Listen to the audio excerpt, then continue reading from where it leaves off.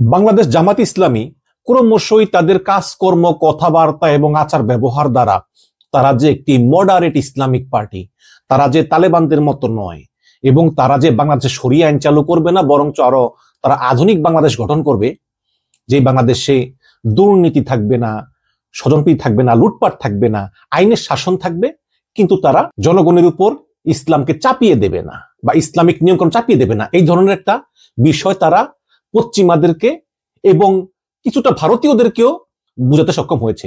যেমন সাম্প্রতিক সময়ে বিজেপির সঙ্গে ঘনিষ্ঠ সম্পর্কযুক্ত বিবেকানন্দ ফাউন্ডেশনের একজন নেত্রী শ্রী রাধা দত্ত, তিনি এসেছিলেন জামাতের আমিরের সঙ্গে কথা বলতে। তো তিনি সেখানে জামাতের আমির শফিকুর রহমান, নায়েবে আমির আব্দুল্লাহ মোহাম্মদ তাহের এবং সহ ছাত্র শিবির অনেকের সঙ্গে কথা বলেছেন এবং কথা বলে তিনি মুগ্ধ। এবং তিনি বলেছেন যে জামাত ইসলামের কথা শুনলে আমার শুনতেই মন চায়। তারা খুব সুন্দর করে কথা বলে, গুছিয়ে কথা বলে এবং তাদের পরিকল্পনা, তাদের অভ্যন্তরীণ পরিকল্পনা, ভূরাজনৈতিক পরিকল্পনা, বৈদেশিক পরিকল্পনা সবকিছু অত্যন্ত ক্লিয়ার এবং আমার অত্যন্ত ভালো লেগেছে। বাট এটাও সত্য যে ক্ষমতা যদি আসে তারপর দেখতে হবে যে তারা তাদের কথাগুলো কাজে পরিণত করে নাকি কথা ঘুরিয়ে ফেলে। এটা সত্য যে স্বাধীনতার 53 বছরে জামাত ইসলামের এত সুসময় আর কখনোই আসেনি, এটা হচ্ছে বাস্তবতা।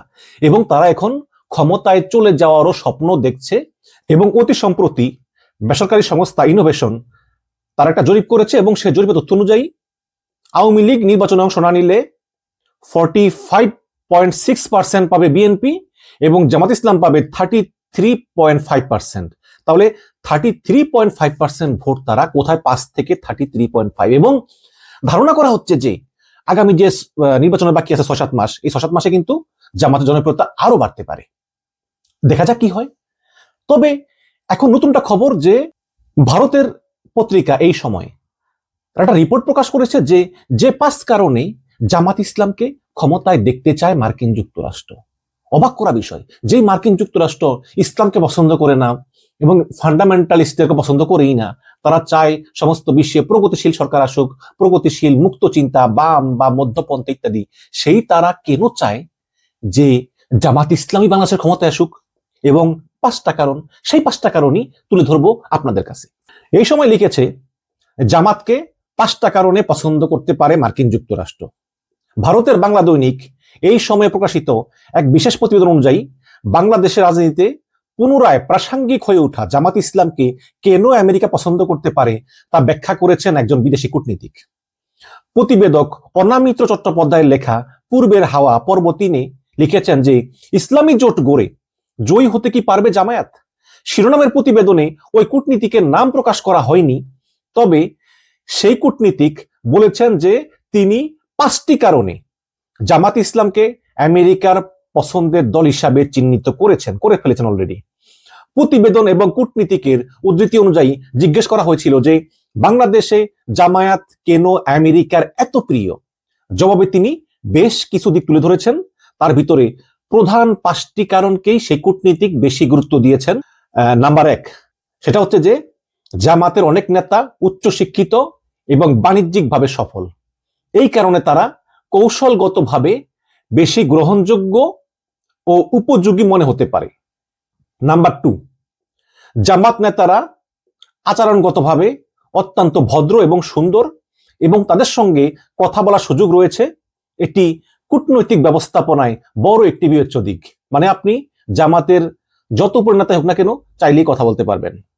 3 নম্বর, জামাতকে বাংলাদেশের প্রধান শাসক দলগুলোর হাতে বারে বারে নির্যাতিত এবং তাদের উপর চরম মানবাধিকার লঙ্ঘন হয়েছে, তাদের নেতাদের ফাঁসি দেওয়া হয়েছে।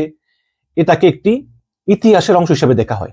বিশেষ করে স্বাধীনতার সময় তারা যে বাংলাদেশের বিরোধিতা করেছিল, সেই বঞ্চিত ইমেজ কূটনীতির ভাষায় মানে বলতে গেলে যে হাসিনার আমল তাদের উপর দমন পীড়নই তাদের প্রতি আমেরিকার সহানুভূতি বাড়িয়ে দিয়েছে।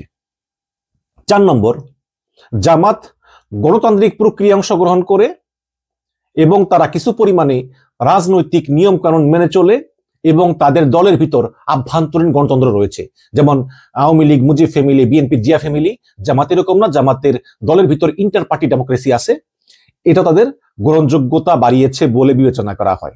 আর 5 নম্বর হচ্ছে জামাতকে একেবারেই তালেবান ধাঁচের মতো রক্ষণশীল দল হিসাবে দেখা ঠিক নয়, বরং তাদের কিছু প্রগতিশীল দিকও আছে বলে দাবি করা হয়।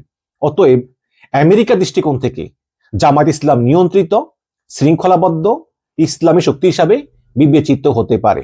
প্রতিবেদন আরো উল্লেখ করা হয় যে আমেরিকা বহু বছর ধরে বাংলাদেশের জামাত ইসলামকে শাসন ক্ষমতা দেখতে ইচ্ছুক, তবে এখন আর এই বিষয়টি কোনো গোপন বিষয় নয়। যেই দেশের ৮০ থেকে ৮৫% মানুষ মুসলমান, সেখানে জামাত যদি সরকারে আসে তাহলে ক্ষতি কি? এটা আমেরিকার মতে। যেহেতু জামাত শৃঙ্খলাবদ্ধ দল, তাদের অন্তত উচিত একটা বার সুযোগ পাওয়া, তারপর যদি ভালো না লাগে পাবলিক সরিয়ে দিবে আবার পরে ইলেকশনে, তাই না? তো বছর খানিক ধরেই বাংলাদেশের রাজনৈতিক পরিবেশে জামাত ইসলামের পুনর্জীবনের চিহ্ন দেখা যাচ্ছে। বিশেষ করে সাম্প্রতিক সময়ে জাকসু নির্বাচনে দলটি ছাত্র সংগঠন শিবিরের ব্যাপক সাফল্যের পর আলোচনা তীব্র হয়েছে এবং এই বিজয়কে কেন্দ্র করে রাজনৈতিক মহলে এবং কূটনৈতিক কটকটানিতে নতুন কৌতূহল জন্মেছে।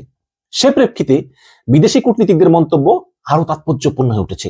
উল্লেখ্য যে এই প্রতিবেদনের সব দিকই ভিত্তি করে এই সময় এই রিপোর্ট এবং ওই কূটনীতিকের ব্যক্তিগত মতামত তুলে ধরে। এটা কোনো সরকার বা দেশের অফিসিয়াল বিবৃতি না। নাম প্রকাশে অনিচ্ছুক একজন কূটনীতিক, জানি না সে কোন দেশের কূটনীতিক, এটা পত্রিকায় ভালো জানে, তার ব্যক্তিগত মতামত যে 5টা কারণে জামাতকে আমেরিকার পছন্দ, এবং কূটনীতিকের নামটাও এই সময় প্রকাশ করেনি। তাই এই প্রতিবেদনটি একটি পরোক্ষ কূটনৈতিক মাত্রামাপ হিসাবে পাঠ্য হওয়া উচিত। মানে এটা একটা কূটনীতিকের ব্যক্তিগত স্টেটমেন্ট, আবার ওই আমরা সেই কূটনীতিকের নামটাও জানতে পারতেছি না। অতএব এটা রিপোর্টেই প্রতিফলিত থাকা উচিত। এটাকে কোনো কংক্রিট কোনো এভিডেন্স হিসাবে নেওয়ার কোনো সুযোগ নাই, বরঞ্চ এটা একটা মতামত, তাও প্রত্যক্ষ মতামত না, পরোক্ষ মতামত, যেহেতু আমরা কূটনীতিকের নামটা জানতে পারিনি। তো দর্শক, ভারতীয় পত্রিকা এই সময় তারা একজন নাম প্রকাশে অনিচ্ছুক কূটনীতিকের মতামত তুলে ধরলেও এটাও তো সত্য যে জামাত ইসলামকে নিয়ে বাংলাদেশে ব্যাপক আলোচনা আছে এবং অনেকেই মনে করেন জামাত ইসলাম ক্ষমতায় যেতে পারে সামনের নির্বাচনে। তারপর আমি মনে করি যে এই সময়ের এই প্রতিবেদনকে আসলে কোনো এভিডেন্স হিসেবে দেখার সুযোগ নেই, বরঞ্চ আমরা মনে করি যে একটা পত্রিকা যদি খবর প্রকাশ করে তাহলে আরেকটু স্বচ্ছতার সহিত, বিশেষ করে ওই কূটনীতিকের নামটা দিলে আমরা বুঝতে পারতাম যে সেই কূটনীতিক কোন ধরনের, কোন দেশের, কোন লেভেলের। কিন্তু মানে কোন রকমের এভিডেন্স ছাড়া একদম অন্ধভাবে একটা খবর তারা ছাপিয়ে দিল। এটা আপনারা বিশ্বাস করলেও করতে পারেন, না করলেও নাই, বাট এটাকে আমি খুব নিম্নমানের সাংবাদিকতাই বলবো।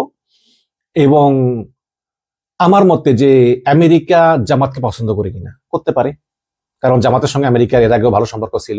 আমরা দেখেছি যে 28 অক্টোবর যখন জামাতকে মিটিং করতে দিবে না আওয়ামী লীগ, তখন গোপনে নায়েবে আমির আব্দুল মোহাম্মদ তাহেরকে মার্কিন দূতাবাসে ডেকেছিলেন পিটার হাস। আমরা দেখেছি সেই সব বিভিন্ন ভাবে জামাতের সঙ্গে আমেরিকার সম্পর্ক খুব ভালো।